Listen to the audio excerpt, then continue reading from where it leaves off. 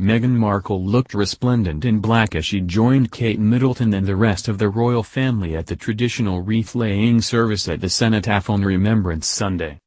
The Duchess of Sussex, 38, and the Duchess of Cambridge, 37, both opted for a black coat and hat, as they stood on the balcony to watch Prince Charles, Prince William and Prince Harry lay wreaths to pay respects to its war dead today. Meghan and Kate were pictured on separate balconies, with Kate joining the Queen, 93, and Duchess of Cornwall, 72, while Meghan joined Sophie, Countess of Wessex, 54, in order of precedence. The Prince of Wales laid the first wreath on behalf of the Queen, who watched the service from the nearby balcony. Meghan opted for a wide-brim hat with a leather ribbon, which she teamed with a black 1,545 pounds belted wool Stella McCartney coat adorned with a poppy. Opting for natural makeup and no jewelry, Meghan cut an elegant figure as she watched the ceremony. Meanwhile, Kate looked chic in military-inspired coat and a fascinator hat, wearing a poppy badge. Completing the look with a touch of blusher and statement brows, she recycled the Queen's pearl earrings from Saturday night. Prime Minister Boris Johnson and Labour's Jeremy Corbyn were seen taking a break from election campaigning to attend the service at the memorial on Whitehall in central London. Hundreds of armed forces personnel were also present at the occasion, alongside cabinet ministers, religious leaders and representatives of Commonwealth nations. At 11 a.m., a 2-minute silence was observed, with its beginning and end marked by the firing of a gun by the King's Troop Royal Horse Artillery.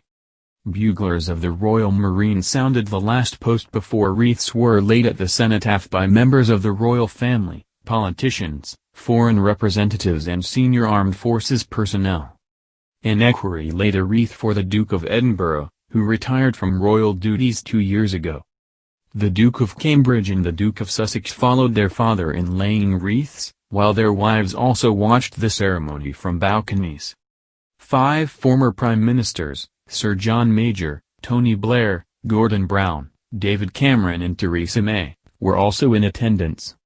After wreaths were laid, the Bishop of London, Dame Sarah Mullally, led a service of remembrance which will end with trumpeters of the Royal Air Force sounding Rouse, Reveille.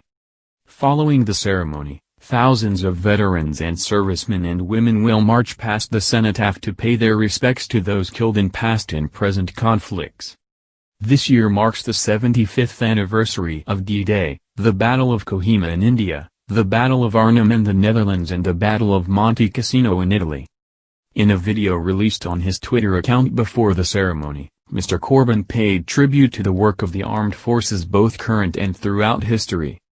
He said, "We remember the many brave people from Britain and all across the world who put their lives on the line making huge sacrifices in 2 world wars which cost the lives of millions, and in all other conflicts since. And we stand together to say, never again." This weekend is the first time the couples have been seen together since Harry and Meghan addressed the pressures of being in the public eye. During an interview for an ITV documentary on South Africa, Meghan admitted feeling vulnerable during her pregnancy and thanked Mr. Bradby for asking about how she was feeling. "Thank you for asking because not many people have asked if I'm okay, but it's a very real thing to be going through behind the scenes," she said. Harry, meanwhile, spoke candidly about the pressures of being a member of the royal family in the spotlight. When asked by Mr. Bradby if he has yet found peace, Harry said the grief of his mother's death still remains, describing it as a wound that festers. Addressing rumors of a rift between the brothers, Harry said, "The majority of the stuff is created out of nothing but as brothers, you know, you have good days, you have bad days. We are certainly on different paths at the moment but I will always be there for him as I know he will always be there for me. We don't see each other as much as we used to because we are so busy but I love him dearly."